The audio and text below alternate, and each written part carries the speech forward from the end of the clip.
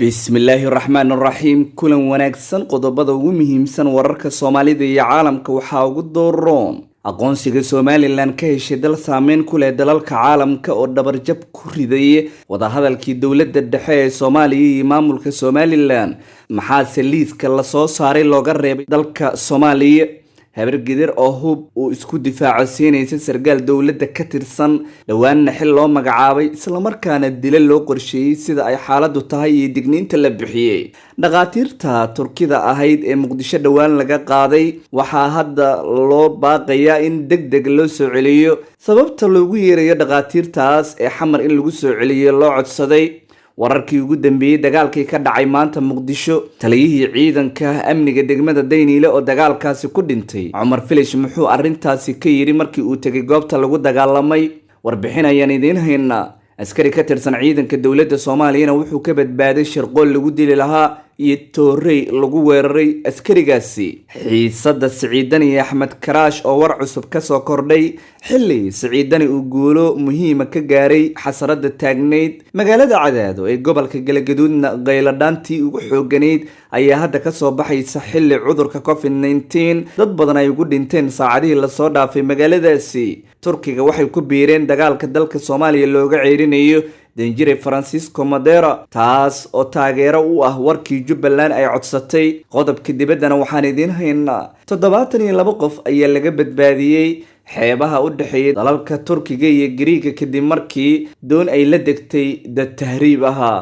u diyaar garooba qodobadaas oo faahfaahsan hadduu Ilaahay raalli ka noqdo waxaad nagala socotaan shabakada wararka maanta taariikhdu waxay ku beegan tahay 26 bisha shanaad ee May sanada 2020 warkii oo fidsan aan ku bilowno Imaaraadka Carabta ayaa dabarjibin xoog leh waxa ay ku sameeyeen sida la sheegay dowladda federaalka ee Soomaaliya waxaana arintan hadda ay sii cusleynaysaa khilaafka Imaaraadka iyo fila Soomaaliya dowladda Imaaraadka ayaa aqoonsatay sida la leeyahay shahaadooyinka waxbarashada iyadoona maamulka Somaliland iyadoo wadan loo aqoonsaday Soomaaliya kuma jirto wadamada ay Imaaraadka Carabta wasaaraddeeda waxbarashada ay shaacisay waxaana kamid ah wadamada Afrika ee la aqoonsaday Burundi, Botswana, Jamhuuriyadda Somaliland sida qoraalka lagu yiri Kenya, Togo, South Africa, Ghana,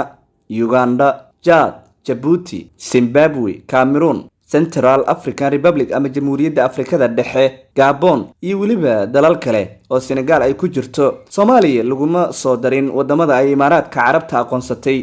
wasiirka waxbarashada Somaliland Ahmed Maxamed Diiri Torno ayaa sheegay in dadaal badan ay u gashay Jamhuuriyadda Somaliland sida warku uu yiri arintan iyo waliba sida ay ku timidna ay tahay mid farxad ballaarana isku tagay Imaaraadka Carabta ayaana qoraal lagu shaaciyay boggeeda rasmiga ah waxaa lagu muujiyay in Soomaaliya aan lagu soo darin wadamada caalamka ee shahaadadooda ay aqoonsadeen iyadoo Somaliland laga hormariyay Republic of Somaliland oo loola jeedo Jamhuuriyadda Somaliland taasoo ka dhignayd in dal loo aqoonsaday balse Soomaaliya aan lagu soo darin liiskaas oo wadamo tiro badan ay ka soo dhex muuqdeen Imaaraadka Carabta ayaana doonaysa qorshe gaar ah oo ay ka damacsan tahay Somaliland waxaana wadamadaas la soo bandhigay in laga waayo Soomaaliya ay ka macno tahay dagaalka u dhaxeeya wadamada Soomaaliya iyo waliba Imaaraadka Carabta oo cirkaas isku sii shareeri kara ilaa hadda mayna war ka soo baxay dowladda federaalka ee Soomaaliya oo arintan laga hadlayay iyo waliba aqoonsiga Jamhuuriyadda Somaliland sida ay warka u dhigtay isku tag Imaaraadka Carabta iyo qaabka loo aqoonsaday hagaag daawadayaal qeybaha hore ay la socotaan warbaahinta wararka maanta dagaalkii Daynile ka dhacay wararkii ugu dambeeyay ayaan goordhow eegi doonaa aan ka hormariyo xaaladii ugu darneed ayaa hadda ka jirta magaalada Muqdisho tan iyo markii Soomaaliya laga sheegay cudurka COVID-19 isla markaana laga helay dhaqaatiir ka tirsan cisbitaalka Digfeer ee Turkidu maamusho waxaa hakad ku jiray shaqada cisbitaalkaasi waxaana aad looga dareemay caasimada dalka ee Muqdisho cisbitaalka ayaa joojiyay daaweynta dadka cisbitaalka jiifan jiray ama waxa uu joojiyay qabashada bukaanada cusub waxayna arintan soo jirtay muddo bil ka badan xog aan ogaanay waxa ay muujinaysaa in haween badan oo Muqdisho ku xanuunsanaya isla markaana xanuunka kansarka naasaha ku dhaca ay hadda waayeen adeegyo caafimaad oo cisbitaalka Digfaar ay ka heli jireen. sidoo kale waxaa warbixinada ay sheegayaan in iskaanka lagu ogaado in qofka qaba kansarka naasaha laga helo oo kaliya uu yaallo cisbitaalka Digfaar guud ahaan dalka oo dhan. qayladhaantaas soo baxaysa inkastoo cisbitaalka weli ay dad jiifaan, haddana waxaa ka maqan intii ugu badneed ee dhaqaatiirta waaweyneed oo dadka daaweyn jiray, kuwaas oo ka mid ahaa diyaaradii dhowaan Turkish Airways ka qaaday magaalada Muqdisho ee dalkooda dib ugu celisay. dhaqaatiir badan oo Soomaali ah iyo weliba ehelada dumar badan oo xanuunsan ayaa dalbaday in si degdeg ah loo keeno dhaqaatiirtii hawshan qaban jirtay ee dalka Turkiga dib loogu celiyay horaantii bishan May. Cisbitaalka Digfaar waa cisbitaalka kaliya oo qalab dhammaystiran haysta dalka oo dhan, wuxuuna ka mid yahay goobaha uu saameynta weyn ku yeeshay cudurka COVID-19. dhinaca kale, magaalada Cadaado ee gobolka Galgaduud wararka ka imaanaya waxay sheegayaan in caabuqa COVID-19 uu meel sare gaaray. 24 saac la soo dhaafay Cadaado waxaa ugu dhintay cudurka 7 qofood, iyadoona la leeyahay 50 kale dad qaba cudurkaas ayaa la jiifiyay goobaha caafimaadka, waxaana laga helay calaamadaha cudurka corona. waxaa xusid mudan in maalmihii la soo dhaafay dad fara badan ay magaalada ugu geeriyoonayeen, laakiin hadda dhimashada aad ayay u kortay baa la yiri. cisbitaalka Cadaado ayaa looga fadhiyaa mas'uuliyadda faahfaahinta cabsida jirtay, iyagoo qeexaya intaas oo kiis ayaana ka shakinay iyo in ay muujiyaan badqabka dadka iyo weliba sida wacyigelinta loogu baahi badan yahay.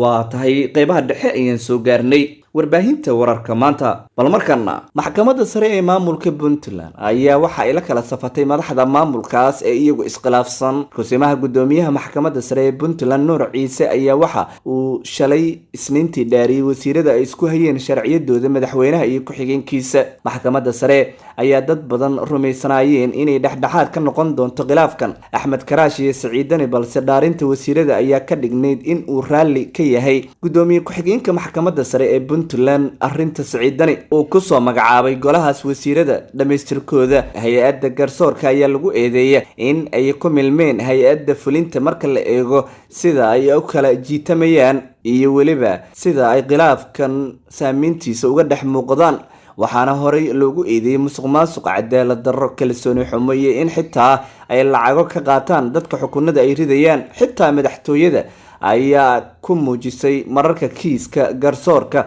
loo xil saaray in ay culimada diinta ay wax badan ka bedelin. 27 bishii Ramadaanta ayaa kusimaha gudoomiyaha ayaa kulan gaar ah loogu yeeray aqalka madaxtooyada oo ay arag gaar ah ku yeesheen isaga iyo madaxweyne Siciid Dani, waxaana ay ka wada hadleen qorshaha hadda socda iyo weliba sida Axmed Karaash loo xaniye qaban lahaa. tani weli waxay si cuslaynaysaa baa la leeyahay xaaladda jirta iyo weliba iyadoo lagu baaqayo in xaaladda la qaboojiyo dagaalka siyaasadeed ee u dhaxeeya madaxweynaha Puntland Siciid Cabdullaahi Dani iyo ku-xigeenkiisa Axmed Cilmi Cismaan Karaash. magaalada Muqdisho haddii aan eegnana, weerar ayaa ka dhacay sida la sheegay gudaha caasimadda, waxaana nin midi watay uu weerar ku qaaday askari ka tirsan ciidamada booliiska, iyadoona degmada Warta Nabadda meel ka mid ah la sheegay in lagu weeraray. wararka ayaa sheegaya in 3 habeenimo weerarkaas ninka tooreyda watay la sheegay in uu ku weeraray, hase ahaatee waxay sabab ka dhigtay in la dilo ninka mindida ku hubaysana. Shucayb Cabdulle oo ah aabaha askariga la weeraray ayaa sheegay in la damacsanaa wiilkiisa in lagu dilo weerar qorsheysan, balse uu iska difaacay. lama ogey laaya hadda sababta ka dambeysa weerarkan iyo ujeedka lagu bartilmaameysanayo askarigaas mindida lagu beegsaday, waxaana weerarkan uu u qaab eg yahay weerarada dadka Falastiiniyiinta ay ku beegsadaan ciidanka Israa'iil ee daanta galbeed iyo bariga Qudus ku sugan. waayahay shabakada wararka maanta muqbaahiyeeda ay la socotaan, bal markana aan fiirino. dagaal ayaa maanta gelinkii hore waxa uu ka dhacay degmada Daynile ee magaalada Muqdisho, waxaana warar kala duwan ay ka soo baxayaan dagaalkii qasaaraha ka dhashay. ilaa 6 qofood uu ku jiro taliyihii ciidanka amniga degmada Daynile ayaa ku dhintay dagaalkaas kadib howlo burburina oo ciidamada dawladdu ay ka sameeyeen aaga Garas Valley, isla markaana ciidan kale oo ka tirsan dawladda ay ka hor yimaadeen. wararka qaar waxay sheegayaan in ciidanka la dagaalamay kuwa degmada Daynile ka yimid ay iyaguna ka yimaadeen dhinaca degmada Afgooye. wararka waxay intaasi ku darayaan in maamulka degmada Garas Baalley ay iska fogeeyeen eedda loo soo jeediyay oo ciidankooda ay la dagaalameen kuwa degmada Daynile. maxamed abuukar jacfar gudoomiyaha degmada Daynile ayaa amar ku bixiyay burburinta howlgal la sheegay in goobo si sharci darro ah looga dhisay qaybo ka mid ah aagga Garas Baalley, waxaana markii dambe goobtaasi gaaray gudoomiyaha gobolka Banaadir ahna duqa magaalada Muqdisho Cumar Maxamed Maxamuud Cumar Filish, isagoo sheegay in ay baaritaano wadaan dagaalkii waxa uu markii hore ka bilowday. waa tahay daawadayaal, warbaahinta wararka maanta ayaad weli la socotaan, bal markana beesha Habargidir ayaa waxa ay 10 maalmood gudaheed wax laga xumaada ay ku sheegeen qaraxyo in lagu dilay lahaa uu ka badbaaday Generaal Cali Xirsi Barre Cali Gaab, taliyaha hoggaanka caafimaadka booliska Soomaaliyeed. Generaal Cali Gaab ayaa waxa uu isagu ka badbaaday weerarkii ugu dambeeyay maalintii Axadda ahayd, waxaana la leeyahay siyaasiyiin iyo saraakiil ciidan oo ka soo jeeda beesha Habargidir oo kulan la qaatay ay ka dalbadeen in xaaladiisa uu ka warqabo gurigana uu ku nagaado in muddo ah. janarka oo beesha Saleebaan ku abtirsada beel ahaan ayaa waxa uu sheegay inuusan jirin qof hadda dagaal kala dhaxeeyay, balse ay jiri karaan kuwa badan oo ka xun xilka loo dhiibay, sidaas la ajligeedna saraakiil badan oo booskan laga bedelay ay ka xumaadeen dhismo uu durba ka bilaabay xarumihii caafimaad ee booliska Soomaaliyeed oo in muddo ah aan la dayactirin. sidoo kale Generaal Cali Xirsi Barre Cali Gaab ayaa la sheegay inuu aaminsan yahay in al-shabaab aysan keli ku ahayn qorshaha dilkiisa, balse ay wax ka wadaan kuwa isaga la shaqeeya oo aad ugu dhow. Habargidir ayaa waxa ay Generaal Cali Gaab ugu baaqeen in uu naftiisa ka taxadaro isla markaana meesha uu cagta dhigayo uu iska eego. Cali Xirsi Barre Cali Gaab oo mar soo ahaa taliyaha ciidanka taraafikada Soomaaliya ayaa waxa uu yahay shakhsi ku firfircoon hawsha loo igmado, iyadoo dhawaan xilkan loo magacaabay la leeyahay 2 jeer ayuu isku day dil oo qarax lagu rabay isaga uu ka badbaaday. hagaag daawadayaal, bal markana aanu fiirino safiirkii hore ee dalka Turkiga u fadhiyay Soomaaliya Ambassador Kani Toran ayaa midowga Afrika wuxuu ka dalbaday inay joojiyaan faragelinta arrimaha Soomaaliya, waxaana arrimaha siyaasadda uu sheegay waqtigan in la marayo xaalad adag. war qoraala uu soo saaray bartiisa Twitter-ka diblomaasigan ayuu uga digay midowga Afrika faragelinta arrimaha gudaha Soomaaliya, isagoo ka jawaabay hadal dhawaan ka soo yeeray wakiilka midowga Afrika ee dalka Soomaaliya u fadhiya Danjire Francisco Catano Madera, kaas oo Axmed Madoobe uu kaliya la heshiiyay xubnihii mucaaradka ka soo jeeday beesha ogaadeen. waxaana hadalkaas uu ku tilmaamay mid xasarad abuuray. madaxweyne ku-xigeenka koobaad ee Jubbaland Maxamuud Sayid Aadan iyo xildhibaan Cabdirashiid Maxamed Xidig oo ka mid ahaa xubnihii isbedel doonka Jubbaland ayaana si weyn uga carooday hadalkii wakiilka midowga Afrika ee Soomaaliya xilli uu shir golaha ammaanka qaramada midoobay khudbad uu ka jeedinayay kaga hadlay heshiiskii Nairobi 23kii bishii April ay ku gaareen Xidig, Seeraar iyo weliba Axmed Madoobe.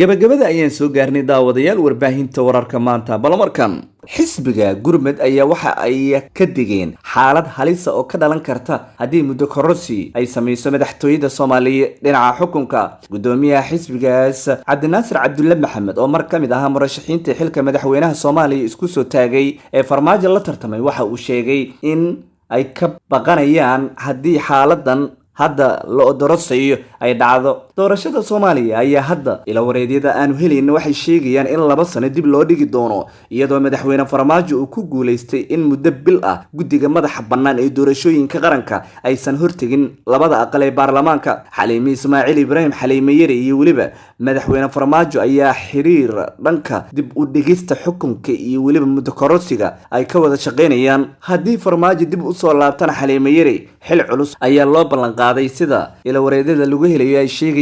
hasaatee xisbiga Gurmad oo ka mid ah axsaabta mucaaradka ee dalka ka jira ayaa waxa uu ka digayaa in madaxda dawladda muddo kororsiga ay samaysan karaan uu dalka haadaan ku sii tuuri karo. sidaas la mid ah Sheekh Shariif Sheekh Axmed Xasan Sheekh Maxamuud Cabdiraxmaan Cabdishakuur iyo Cabdulqaadir Cusub Lacali oo ka mid ah kuwa ugu waaweyn mucaaradka dawladda madaxweyne Farmaajo iyo qeyr hogaamiya ayaa iyaguna waxay ka digeen in dagaal uu xitaa sababi karo haddii xukunka waqti kororsi dawladda hadda jirta ay isku daydo.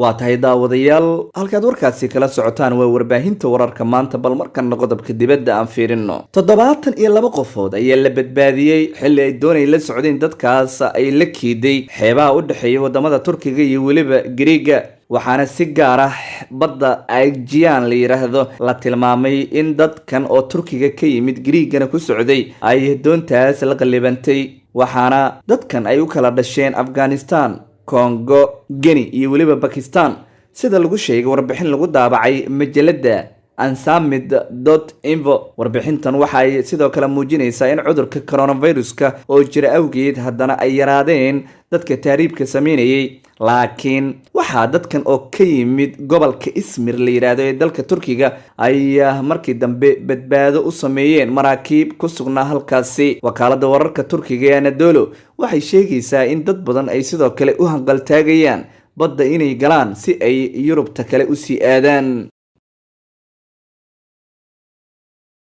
gudaha daawadayaal intaas ayaan kusoo gabagabaynaynaa wararka Soomaalida iyo caalamka. waxaad ka daawanayseen warbaahinta wararka maanta. intaan wararkan oo kale dib isku arki doono, nabadgelyo.